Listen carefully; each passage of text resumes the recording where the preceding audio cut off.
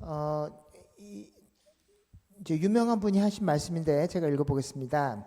나는 못생겼지만 아름다운 부인을 살 수 있다. 나는 못생긴 사람이 아니다. 왜냐하면 돈으로 미남이 될 수 있기 때문이다. 안진뱅이에게 돈은 24개의 다리를 만들어준다. 나는 사악하고 한심하며 양심이 없는 사람이다. 그러나 돈은 나를 존경받는 사람으로 만들어준다. 라고 칼 막스라는 사람이 말을 했습니다. 그래서 20세기에 칼 막스만큼 이 돈에 대해서 본질적인 이해를 갖고 있는 사람이 없다라고 세계적인 영향을 미친 사람 중에 항상 탑 안에 드는 사람이 칼 막스인데, 칼 막스라는 마르크스라고도 하고, 그분이 이런 이야기를 했습니다. 그래서 성경에는 이 잠언이, 이 솔로몬이 대부분 많이 지었는데 오늘 10장부터 22장이 솔로몬의 첫 번째 잠언집이라고 하는데, 이 앞에는 우리가 어떻게 살아야 되는지 이론이 나오고 뒤에부터는 실천적인 사항이 있어요. 인간관계, 그 다음에 뭐 개인적인 가정생활, 그리고 돈에 대해서, 내 인격에 대해서, 건강에 대해서, 습관에 대해서 이런 많은 실천적인 사항이 나는데, 그 중에 오늘 10절은 다시 읽어보면 이제 돈에 관해서 이 부유하게 되는 것에 대해서 설명을 하고 있습니다. 근데 성경에 보면 돈에 관해서 굉장히 많이 나왔어요. 근데 이 돈을 갖지 말라고 하는 얘기 하나도 없어요. 이 크리스찬들, 이제 하나님 잘 믿는 사람들이 부유해져야 된다. 그리고 하나님께서 언제나 하나님의 자녀들에게 축복을 주셔서 풍요롭게 만들어 준다는 약속이 곳곳에 있어요. 근데 이제 뭐가 문제냐면 돈에 관해서 돈을 쌓아두는 게 문제예요. 그러니까 돈을 갖고 있는 건 문제가 되지 않는데, 버는 건 문제가 되지 않는데, 뭐가 문제냐면 벌고 나서가 문제예요. 돈을 벌고 나서 이거를 남들하고 쉐어하지 않고 자기 안에 자기를 위해서 계속 쌓아두면서부터 이제 문제가 생긴다는 거죠. 그래서 돈에 대해서 집착을 하고 돈을 쌓아두고 이런 과정이 이제 문제가 되는데, 그래서 이 많은 돈에 대한 명언이 있습니다. 그래서 이런 얘기죠. 돈으로 좋은 집을 살 수는 있지만 좋은 가정을 살 수는 없습니다. 좋은 침대를 살 수는 있지만 단잠을 살 수는 없다. 깊이 잘 수 있는, 그 꿀잠을 잘 수 있는 그런 마음의 평안과 위로는 침대를 산다고 해서 얻는 게 아니라는 거죠. 그래서 돈으로 많은 것을 살 수 있다라고 생각하지만 그렇지 않다는 걸 성경이 계속 이야기를 하고 있고요. 10장에 읽진 않았지만 10장 2절에 보면 불의의 재물은 무익하여도 공의는 죽음에서 건지느니라 이렇게 되어 있는데, 또 하나 돈으로 컨트롤할 수 없는 문제가 우리 죽음, 생명의 연장의 문제입니다. 그래서 돈을 갖고 다 내가 안정하고 평화롭게 살 수 있을 것 같다고 언제 그걸 깨닫게 되냐면 죽음이 내 앞에 점점점 가까이 올 때, 돈으로 해결할 수 없는 문제가 있구나 라는 걸 언제 깨닫냐면 죽음이 내 앞에 딱 왔을 때 그걸 깨달아요. 근데 돈이 없는 사람은 그걸 수시로 느낍니다. 그래서 지혜롭게 몸이 연약해지고 힘들 때 나를 보호해줄 게 돈이 아니구나 라는 걸 느끼는데, 돈이 많은 사람들은 그것을 잊어버리고 내 육신의 한계를 돈으로 커버하면서 살아요. 그래서 육신이 힘든 노동을 하다 보면 내 육신의 한계가 여기까지구나, 또 생명이 오래가지 않겠구나라는 걸 계속 느끼게 돼요. 근데 돈이 있으면 그 인간의 수고할 기회들을 다 돈으로 커버합니다. 그러니까 내 생이 길지 않다라는 것을 느낄 기회가 별로 없어요. 그래서 영원히 살 것 같고 영원히 안전할 것 같다가 언제 그걸 딱 느끼냐면 죽음이 딱 다가오면 이거 돈으로 이걸 해결할 수 없구나 라는 걸 그때 가서 딱 느끼죠.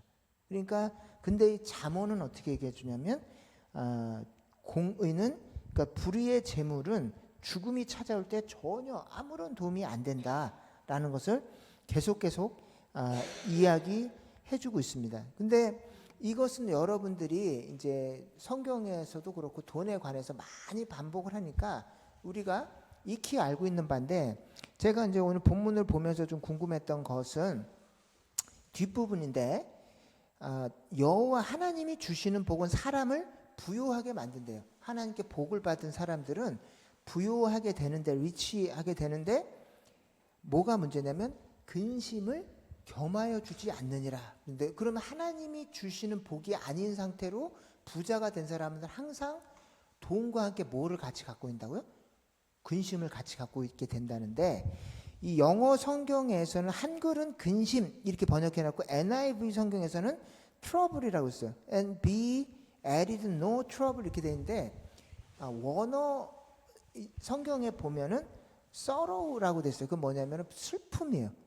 그래서 많은 번역본들을 비교해 봤는데 영어 성경의 90% 정도가 이 근심을 뭐로 번역했냐면 비통이나 슬픔으로 번역을 해놨어요.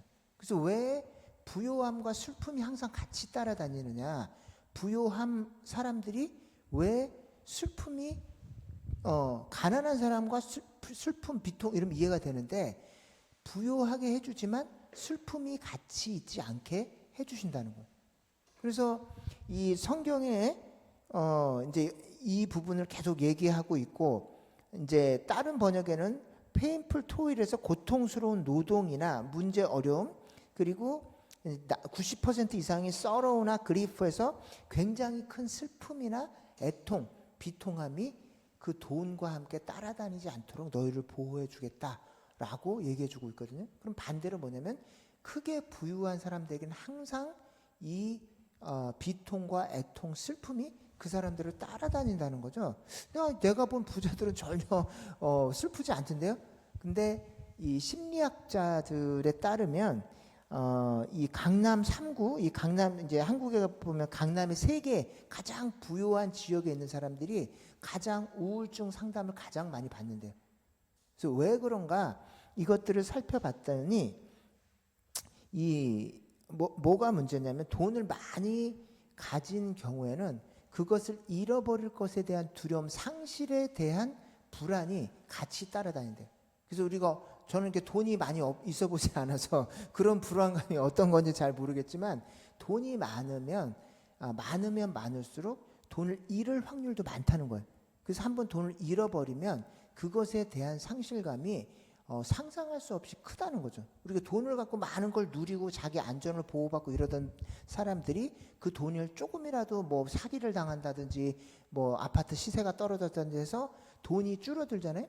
그럼 그거에 대한 상실감이 상상할 수 없이 크답니다. 그래서 그걸 상실 불안이라는 심리학적 용어로도 나와 있어요. 그래서 돈이 있다가 없어지면 그것을 어떻게 만회할까, 또 돈을 잃어버리면 어떻게 할까라는 이 불안감이 이 본능적으로 이 굉장히 이제 크다라는 것이죠. 그래서 이 동전의 양면처럼 돈이 많아지면 많아질수록 반대쪽으로 잃어버리면 어떨 것까에 대한 불안감도 더 커지고, 또 하나 이 슬픔이 찾아오는 또 이유는 뭐냐면 상대적인 박탈감이에요.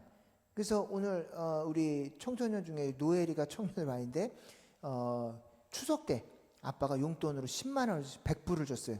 근데 동생이 200불을 받았어. 그럼 100불 받았을 때 기뻐요, 안 기뻐요? 기쁘죠? 그럼 얼마 받아야 기뻐요? 얼마 정도 받아야 기쁘겠어요? 예?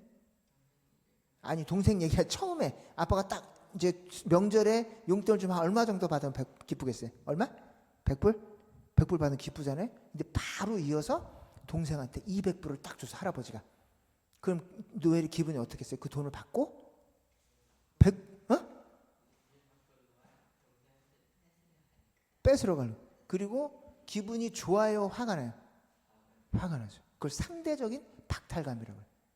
그래서 내 돈 100불이 있지만 없던 돈 100불이 생겨서 기쁜 것보다 내 옆에 있는 사람이 200불 받은 게 훨씬 더 기분이 안 좋은 거야. 그러니까 내게 있는 100불이 안 보이는 거야. 그때부터는 내 손에 100불이 있음에도 불구하고 내 옆에 있는 사람이 200불을 가진 순간에 내 손에 있는 100불은 안 보이고 옆에 있는 사람의 200불이 그때부터 나의 고통이 되는 거야.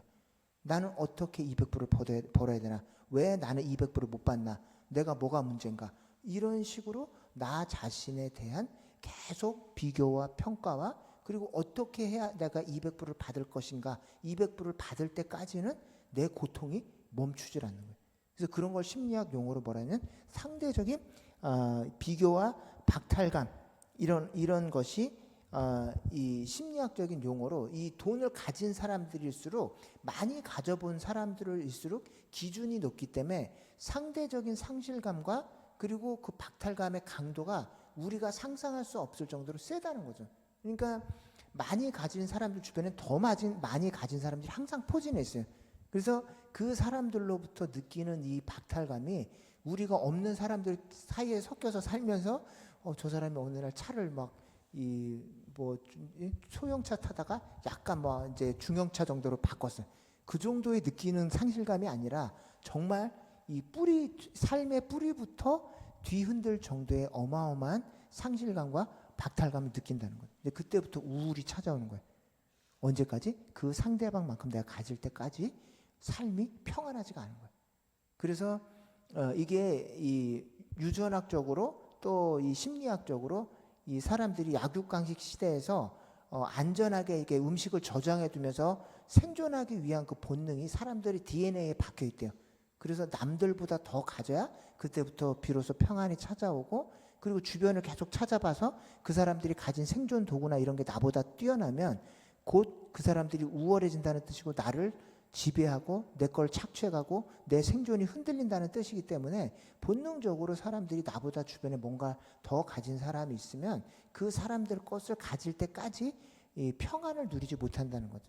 그래서 성경에서 이미 이 심리학적으로 사람들 이 본성 속에 내재되어 있는 비교와 평가하는 기질, 그리고 일을 잃어버리지 않으려고 악착같이 내가 얻은 것을 지키려고 하는 그런 이 상실 불안감, 이런 것들이 계속 있기 때문에 있는 사람들일수록 이 우울증, 그 슬픔과 애통이 마음속 저 깊은 곳에서 아무도 건드릴 수 없는, 치료할 수 없는 그 우울감과 불안함, 이런 것들이 그 마음속에 계속해서 존재한다는 것이죠. 그래서 성경이 하나님께서 너희들에게 복을 줄 때 너희들을 부요하게 해주는데 겸하여서 불안과 우울과 슬픔이 따라다니지 않도록 너희를 지켜줄 거야. 이게 하나님이 주시는 복의 가장 중요한 특징입니다.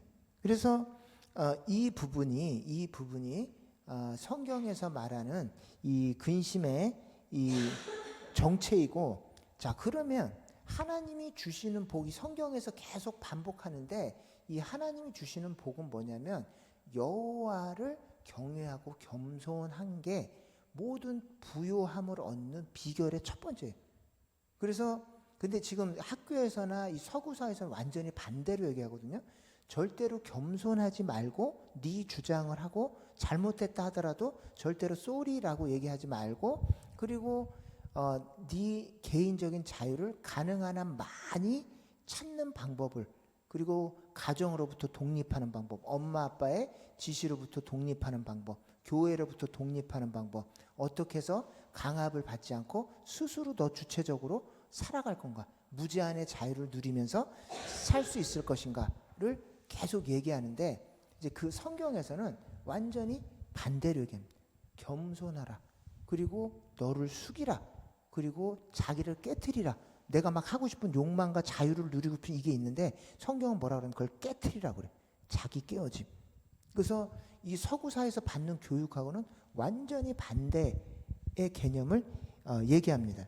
그래서 잠언 22장 4절에 보면 우리가 부유해지고 세상에서 성공하고 진짜 자유를 누리는 비결이 뭐냐면 22장 4절을 보면 겸손과 여호와를 경외함의 보상은 재물과 영광과 생명이니라, 이렇게 되어 있습니다. 그래서 이제 이것이 잠언에서 얘기하는 것인데, 이 집단주의 사회, 공산주의 사회에서, 독재 사회에서는 개인적인 기질, 우리가 이기적으로 내 것을 누리고 싶어하는 이 기질이 모든 사람한테 있는데, 그걸 집단주의 사회에서는 어떻게 하냐면 그걸 그렇게 자유를 주장하는 사람을 잡아다가 통제하는 방법이 뭐냐면 감옥에 집어넣어요. 정치범 수용소나 사상범 수용소에 넣어서 누가 너보고 자유를 주장을 해? 누가 네 혼자 살래? 왜 이렇게 이기적으로 살래? 그래서 감옥에 집어넣어서 그 사람들을 통제하고 강제적으로 겸손하게 만들어요. 그러면 반대로 개인주의 사회, 우리가 사는 이 서구 사회에서는 우리가 막 자유를 주장하고 인간이 이기심이 있잖아요. 내 거를 나 마음대로 살고 싶고 내 거를 더 가지고 싶고 욕망을 성취하고 싶은 이 끝도 없는 이 자유 이제 욕망과 열정이 있는데 이거를 이 자유주의 개인주의 사회에서는 통제하는 방법이 있어요.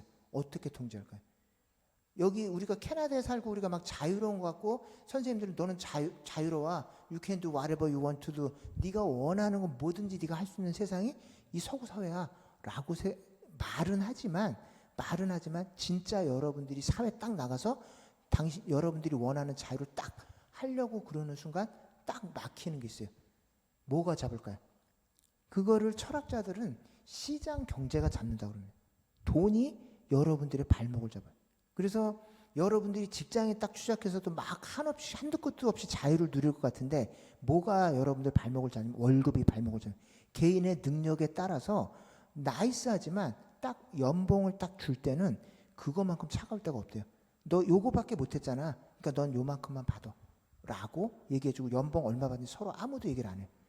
그래서 요즘 이 한국도 서구 사회를 따라가는데 이 카카오 뭐 이제 제가 아는 분이 카카오를 다니는데 거기는 직급이 없대요. 그래서 그냥 딱 리더 한 명 빼고는 나머지가 다 언제 들어왔든 상관없이 다 평사원이에요. 근데 뭐가 달라요? 월급이 달라. 그래서 자유롭게 다 일하라고 하는데 월급을 다 천차만별로 줘요. 근데 다 비밀이에요. 누가 얼마 받는지 아무도 몰라요. 그리고 이 해고가 자유로운. 어느 때 여기 서구 사회만큼 해고가 정말로 눈물 한 방울 정말 피도 눈물도 없이 해고하는 데가 이 서구 사회인데 제가 아시는 분들 카운슬러 하는데 주변에 뭐 20년간 30년간 근무했는데 어느 날 아침 왔더니 없더래. 그래서 어떻게 됐냐니까 해고당했다는 거예요. 근데 해고당하는 과정이 아무도 모르게 어느 날 아침에 딱 출근했는데 인사과에서 잠깐만 오세요. 그리고 당신 이제 오늘부로 우리 회사에서 더 이상 필요하지 않으니까 이제 짐 싸서 돌아가세요. 근데 사무실로는 돌아가지 마시고 바로 이 길로 다른 통로로 해서 회사 밖으로 나가는 거예요. 왜? 그대로 자기가 다시 사무실로 돌아가면 이 회사가 나쁘네, 냉정하네, 어쩌네 하고 있을 수도 있고 더 심한 경우에는 회사의 비밀을 빼서 딴 데로 가져갈 수도 있잖아요. 그러니까 해고 전날까지 아무 얘기도 안 해줘요. 출근 딱 했을 때 인사과에서 불러서 바로 나가라고. 그럼 내 개인 짐은 어떻게? 가만히 계세요. 우리가 다 싸줄게요. 그래서 조그만 박스 하나에다가 그동안 테이블에 있는 짐을 싹 다 넣어서 그 사람한테 쥐어줘요. 갖고 집으로 가라고. 그래서 그렇게 그 조그만 종이 박스 하나 들고 택시 잡으려고 정류장에서 눈물 흘리면서 서 있는 사람 대부분은 바로 그날 해고됐다는 거예요. 근데 그런 사람들이 꽤 많다는 거예요. 그런 방식으로 해고당하는 사람들이. 그래서 여러분들이 이 개인주의, 자유주의 세상에 살고 있다고 생각하지만 엄청난 착각이에요. 내 마음대로 서구사회 캐나다 내 마음대로 난 내 자유껏 살 수 있다? 엄청난 어마어마한 착각이에요. 그 자유가 어디서부터 강제적으로 우리를 겸손하게 만드냐면 이 시장 경제에 딱 나갔을 때 내가 취직하고 싶을 때 내 능력에 따라서 조금 일하고 더 돈을 많이 받는 직장에 누구나 가고 싶죠. 근데 그게 자유를 막 누리던 사람들에겐 그 기회를 안 준다는 거예요. 내 자유를 꺾고 오랫동안 앉아서 공부하고 내 의지나 욕망을 꺾고 하기 싫은 일들을 막 하면서 준비한 사람들에게 나중에 그런 자유를 더 많이 주는 거예요. 그래서 시장에 가서 딱 나가서 내가 선택되지 못해. 얘는 이거 능력이 없네? 그럼 회사에서 나를 선택하지 않아. 그리고 이 사람들을 그룹에서 커뮤니티에서 날 선택하잖아요. 그런 걸 몇 번 당하다 보면 강제적으로 겸손해지는 거예요. 그 사람이 강제적으로 겸손해지고 도덕적이 되고 그리고 한번 회사에 갔는데 난 내 마음대로 할 거야. 그럼 그 동료들이 인사평가를 해. 그 사람 같이 일하기 싫은 사람. 그래서 알게 모르게 설문조사를 해서 계속해서 그 평가를 네게티브 받으면 자기가 사람들하고 난 어울리기 싫어. 난 내 마음대로 내 뜻대로 살고 싶어. 오케이. 그럼 니네 집에 가서 네 마음대로 네 뜻대로 살아. 하고 돌려보내는 거죠. 근데 그것이 그만큼 이 서구 사회가 강제적으로 우리를 겸손하고 도덕적으로 만드는데 그래서 한국 사회가 처음에는 이 너무 비인격적이다, 뭐 강압적이다 그랬는데 지금 이 학교에서 다시 들려오는 얘기가 뭐냐면 학력으로 평가하는 게 너무 비인격적이고 애들 성적으로 가르고 이렇게 하는 게 비인격적이 돼서 대학 들어가는 방법을 여러 가지로 만들어 놨더니 이제 열심히 공부하는 애들도 그거 갖고 대학에 못 가. 막 다른 애들이 막 스포츠하고 뭐 해서 막 대학 가고 공부 안 하는 애들에게는 오케이 공부 안 해도 얼마든 대학 갈 있네 하면서 공부를 안 할 수 있는 면죄부를 막 허락해 주는 거예요. 그러니까 그 공백이 생겨서 옛날에는 사람들이 이 공부를 해서 이 냉정한 사회에서 살아남는 방법을 학교에서 분명히 가르쳐 줬어요. 그래서 아 이걸 하나고서는 이 경쟁사에서 내가 살아남을 수 없구나를 너무 클리어하게 보여줬기 때문에 애들이 그 이제 학력적인 툴 안에서 자기를 맞추고 도덕적으로 되고 열심히 살았는데 그게 없어지고 났더니 그 대신에 뭐가 이제 자리를 잡았냐면 힘이 학교 폭력이 서열이 자리 잡아. 그 공백이 그냥 있는 게 아니라 요즘 학교 폭력이 더 늘어나고 이제 애들 학교 폭력 미투가 더 자꾸 생기는 이유가 뭐냐면 과거에는 학력이 힘이었어요. 그래서 공부 잘하는 애들이 학교 안에서 서열이 정해지고 그 서열을 따라서 더 공부해서 이 냉정한 사회에 뛰어들어가지고 이기적인 사회에서 내가 선택받고 살아남는 법을 학교에서 가르쳐줬어요. 그래서 그런 것들이 클리어했는데 괜찮아 이제 공부 안 해도 돼. 공부 없이 이제 너 자유롭게 살 수 있어. 이렇게 했더니 그 자리를 뭐가 맡겼냐면 힘이 센 애들, 폭력적인 애들이 서열로 자리 잡아서 학교 폭력 있고 공백을 메운다는 거예요. 그래서 요즘 이 교육학자들이 거꾸로 사람은 원래 이기적이다. 근데 이제 이기적인 사회에서 자기 이기심을 가지고 살아가려고 하는 걸 뭘로 막겠냐. 이거를 강제적으로 통제하는 게 공산주의 사회, 독재주의 사회. 근데 여기 자유주의 사회에서는 이 이기심을 뭘로 통제하냐면 시장 경제 돈으로 통제한다는 거예요. 그래서 이 성경에서 무제한의 자유가 있다. 이 세상에 캐나다로 이민 오세요. 여기는 무제한의 자유가 있으면 천만의 말씀. 캐나다만큼 또 서구 사회만큼 돈으로 냉정하게 그 사람의 앞날을 평가하고 그 사람의 진로를 평가하는 데가 없다는 거예요. 이 아시아 사회는 오히려 모든 사람이 어느 정도 수준까지는 이 경쟁사회에 살아남을 수 있도록 그런 훈련을 시켜줘요. 안 되면 때려서라도, 안 되면 막 윽박질러서라도 기본적인 서바이벌 훈련을 시켜서 사회에 내보낸다는 거죠. 근데 이 서구 사회는 완전히 그런 훈련조차도 개인한테 맡겨버리는 거예요. 공부하기 싫어? 오케이. 여러 가지 살 길이 있어. 근데 가보면 여러 가지 살 길이 없어요. 그래서 그런 식의 거짓된 자유에 관한 속임수로 많은 어린이들이 이거 봐라. 가장 좋은 부모는 우리가 원하는 대로 그냥 살도록 내버려두는 부모가 인격적인 부모고 그런 부모가 성숙한 부모다. 이런 생각을 막 해요. 그래서 그 착각 때문에 그런 착각 속에 살다가 자기가 대학을 가든지 직장에 딱 가보면 내 마음대로 못 사네. 내 뜻대로 했더니 아무도 안 받아주네. 내가 막 이렇게 했더니 사람들이 나한테 네게티브 평가를 해갖고 내가 여기 직장에 더 못 있겠네. 이렇게 해서 강제적으로 그 인격이 거꾸로 대학에 가서 어른이 돼서 그걸 고치려면 얼마나 힘들겠어요. 어른이 돼서 거꾸로 나는 막 자유로운 사람이고 막 자유분방하게 표현해야 되는데 그렇게 하면 회사에 오래 못 있어. 그렇게 하면 사람들이 나한테 계속 네게티브 이런 평가를 해서 그 직장의 조직에서 더 이상 못 있어. 그렇게 되니까 어른이 된 뒤에 거꾸로 내가 그 공동체 규율에나 룰에 맞춰서 나를 맞춰가야 되니까 얼마나 그 삶이 힘들겠어요. 그래서 지혜로운 부모나 이 교회에서 그래서 어려서부터 겸손을 가르치고 돈을 벌고 이제 나와서 직장생활 할 때에 사람들 사회에서 나를 맞춰가는 훈련을 시켜주는 거예요. 그래서 요한 웨슬레 부모님이 자녀가 10명 있었어요. 그 위에 또 여러 명 있었지만 어려서 병으로 죽었는데 10명의 자녀가 다 성직자가 되거나 굉장히 사회에 중요한 사람이 됐는데 그 어머니가 하는 가장 중요한 훈련 중에 하나가 자녀들의 의지를 꺾는 훈련이었어요.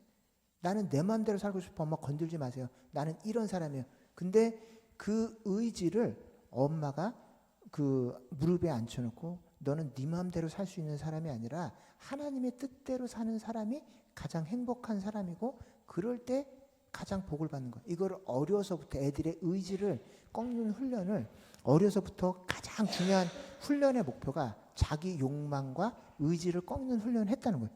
그래서 그 10명의 자녀가 다 나중에 이제 반듯하게 컸는데 이제 그 중요한 교육의 원칙 중에 하나가 이 자유라는 속임수에 속지 말고 세상은 네 천국 이외에는 어디에도 자유롭게 네 마음대로 하면서 살 수 있는 데는 없어라는 걸 어려서부터 가르쳐줬다는 거예요. 그래서 자유 하던 애들일수록 나중에 크면서부터 자유를 잃어버리고 점점 더 하기 싫은 일을 하며 남들이 시키는 일들을 막 하면서 하기 싫은 일, 여기 그 본문에 나오는 이 painful toil이라 그래서 고통스러운 노동의 현장에 항상 계속 노출되는 거예요. 내 마음대로 일하는 게 아니라 하기 싫은, 굉장히 고통스러운 하기 싫은 그 일을 계속하면서 살 수밖에 없는 그 현장에 계속 간다는 거죠. 그래서 그러나 반대로 하나님이 주시는 복은 뭐냐면 어려서부터 나를 깨뜨리고 막 놀고 싶은데 욕구, 내 마음대로 하고 싶은 그 욕구, 이런 것들을 깨뜨리면서 하나님이 주시는 그 룰을 따라 사는, 계명을 따라 사는 그 방법을 지키면서 살아가는 사람, 그런 사람일수록 자기가 막 난 이 시간에 놀고 싶어, 이런 거 하기 싫어. 그러나 지그시 앉아서 그 일, 하기 싫은 일을 하고 그 남들이 안 하려고 하는 그 일들을 감당하면서 나갈 때 똑같은 직장이라면 누굴 데리고 있겠어요? 자기 맘대로 하는 사람하고, 그리고 남들이 하기 싫어하는 그 일을 지그시 앉아서 하는 그 사람 중에 둘 중에 누굴 데리고 일을 시키겠습니까? 후자겠죠. 그러니까 하나님이 주시는 복은 어느 날 그냥 뚝 떨어져서 이 공동체에서 막 갑자기 벼락부자가 되는 게 아니라 어떤 이 이기적인 사회 속에서도 나를 깨뜨리고 남들이 하기 싫어하는 그 일을 자기를 깨뜨려 가면서 묵묵히 그리고 정직하게 그 일을 하는 사람이 정직하고 안전하게 부유해지는 가장 중요한 방법론이라는 거예요. 그래서 저도 마찬가지고 제가 이제 이런 또 설교 말씀과 이런 거 주제를 얘기하는 게 최근에 이제 자녀를 키우니까 얘가 계속 자유 여기 친구들은 이런 자유가 있고 이런 자유가 있는데 왜 나만 억압받냐, 왜 우리 집만 이러냐, 우리 부모는 강압적이다, 그쪽 부모는 얼마나 나이스하고 세련되냐, 얘가 하고 싶은 원하는 걸 막 모든 걸 다 해주고 허락해주지 않느냐. 근데 엄청난 속임수예요. 걔네들이 봤을 때 지금 그냥 풀어놓고 아무 공부 안 시키고 하는 걸 다 해주는 게 인격적인 부모 같고 지성적인 부모 같지만 뒤로 갈수록 그 아이들의 삶이 힘들어져요. 이 캐나다에서 제가 여기 만나본 사람 중에 학원 선생님들도 그렇고 주변에서 잘 반듯하게 큰 분들 치고 그 부모가 엄하지 않은 사람이 없어요. 그 부모님이 자유롭게 막 키워서 성공할 수 있는 사람은 예술가들밖에 없어요. 얘는 정말 예술운이 있어서 얘는 건드리면 안 돼요. 그래서 마음껏 들판을 뛰어다니면서 뭐 그림을 그린다든지 춤을 춘다든지 이렇게 할 게 아니라면 대부분의 삶이 엄격한 규율과 룰 안에서 그것들을 잘 지키면서 그리고 특별히 하나님의 계명을 잘 지키면서 헌신하고 큰 아이들이 이 악하고 음란한 세상에서 반듯하게 잘 커 있더라는 거예요. 심지어 신앙이 없어도 제가 이제 굉장히 학원 선생님 중에서 학원 선생님들도 제가 여기 와서 이제 학원을 많이 다녔는데 학원 선생님들이 세계 각지에서 왔잖아요. 그러니까 막 별의별 선생님 다 있어요. 학원에 와서 어떤 선생님은 심지어 학원에서 영어 가르칠 때 대마초를 한번 해봐라. 대마초만큼 이렇게 술보다 훨씬 낫고 담배보다 낫다.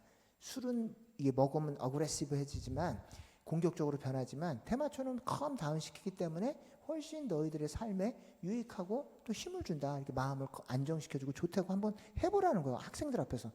그래서 별의별 사람들이 다 있다. 근데 그 선생님들 중에서 항상 준비가 잘 돼 있고 애들 앞에서 어떤 질문을 해도 성실하게 답변을 잘해주고 저 선생님 어떻게 저렇게 됐지? 근데 그분도 이민 온 분이에요. 그래서 어떻게 선생님 이렇게 열심히 하셨더니 엄마가 그 선생님 표현에서는 그때 당시 자기 느끼는 이불 같았대요. 악마같이 자기를 계속 와서 공부해라, 이거 해라, 저거 해라 해서 계속 쫓아다니고 이걸 푸시했다는 거예요. 근데 그때 당시에는 왜 이민 와서 이 자유로운 캐나다 땅에 와서 다 자유롭게 이렇게 하는데 우리 엄마만 나를 들들들 볶고 왜 이렇게 못 살게 굴었냐.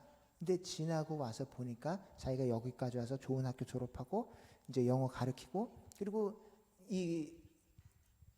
커리어랑 이게 좋으니까 자기가 학원에서 가르치고 싶을 때 가르치고 쉬고 싶을 때 쉬어요. 그러니까 경력이 좋고 학업이 좋으니까 그분은 애들을 내가 가르쳐야 되게 지금 내가 애들 손이 필요해. 그럼 이렇게 캐주얼하게 조금만 파트타임이라고 또 내가 또 돈이 필요해. 그럼 풀타임으로 하면 언제든지 여기서 계속 오라는 거야. 그러니까 뒤로 갈수록 자유가 많아서 자기는 그 삶이 그 엄마가 자기는 그때는 악마 같고 정말로 이 표현이 이불이었다. 우리 엄마는 이불 같아서 악착같이 나를 붙들고 그렇게 시켜서 우리 엄마가 그때는 너무 싫었는데 어른이 되고 지금 와서 자라고 봤더니 그때 그 엄마가 나를 붙들고 그렇게 계속 푸시해 줬기 때문에 내가 오늘날 이렇게 자유를 누리고 정상적으로 살 수 있다라고 얘기를 하는 거예요. 그리고 많은 거기 우수한 학생들, 거기 와 있는 우수한 학생들 대부분이 엄마 아빠 그냥 치맛바람 이런 게 아니라 세상은 이기적이기 때문에 무제한의 자유를 누리면서 살 수 없다는 걸 어려서부터 가르쳤어요. 그래서 어려서부터 다 엄마 아빠가 뭐 조기 교육이나 무슨 교육 열풍이 아니라 솔직하게 자유가 없다는 걸 아이들한테 가르쳐 줬기 때문에 아이들이 뒤로 갈수록 성장을 더 잘하더라는 거예요. 그래서 오늘 이 본문의 복이 하나님께서 주시는 복이 갑자기 로또 맞아서 벼락부자가 되는 그 복이 아니라 그리고 그렇게 성실한 과정을 통해서 사회에서 자리 잡고 성장한 사람은 돈을 가져도 잃어버려도 자기가 성실하게 또 찾을 수가 있어요. 그러니까 업앤다운 된다고 불안감을 갖고 자기가 이제 그걸 가지고서 막 이 슬픔을 느끼고 이런 것이 아니라 그 성실한 습관이 된 사람 자기 자랑이 돈이 자랑이 아니라 성실한 습관과 자기 그 행동이 자기에게 가장 큰 재산이에요. 그래서 남들하고 비교할 때 그 사람의 돈의 사이즈 갖고 비교하는 게 아니라 그 사람의 애티튜드가 나보다 더 낫다? 그러면 존경하고 따라하면 돼. 그러니까 박탈감을 느낄 필요가 없어요. 내가 내 자신에서 가장 자랑하는 부분이 돈밖에 없어. 그럼 나보다 돈이 더 많은 사람을 보면 박탈감을 느끼는 거예요. 근데 내가 나에게 가장 자랑하는 부분이 내 인격이에요. 내 생활 태도야. 그러면 나보다 더 돈을 많이 가진 사람이 부럽지 않고 누가 부러워요? 나보다 더 인격적이고 더 좋은 애티튜드를 갖고 있는 사람이 부러운 거예요. 그럼 그 사람을 봤을 때 이 질투심을 느끼는 게 아니라 어떻게 배우지? 저 사람은 어떻게 했지? 하고 존경하고 좋은 관계가 만들어져 가는 거예요. 그러니까 불안과 근심이 따라갈 필요가 없어요. 그런데 그런 사람들에게는 뭐가 또 따라붙냐면 자연스럽게 경제적인 부가 따라가요. 인격적인 습관이 있어요. 부지런한 습관이 됐어요. 공동체 안에서 다른 사람들하고 잘 지내요. 그러면 어떤 회사에서든지 그 사람 쓸 수밖에 없죠. 그리고 그런 사람일수록 직장에 가서 롱런합니다. 롱런하면 승진하고 그럼 월급이 올라가요. 이제 그러면 자연스럽게 얻어지는 부가 있기 때문에 그런 사람들에게는 아까 얘기했던 그런 부작용들, 남들에게 고통을 주고 또 착취하면서 인격이 망가지고 돈을 잃어버릴까 봐 불안해하고 이런 식의 돈으로 얻는 과정에서 얻는 모든 부작용들을 하나님이 제하여 주시고 은총과 부요를 허락해 주신다라는 뜻입니다. 그래서 우리가 부요하고 싶지만 세상에서는 돈 벌면서 잃어버리는 건 얘기해 주지 않아요. 돈 벌면서 버는 것까지는 가르쳐 주는데 돈 벌면서 우리가 뭘 희생해야 되는지는 안 가르쳐 줘요. 근데 성경은 지적을 해주는데 돈을 벌면 너희들에게 항상 슬픔이 같이 따라온다.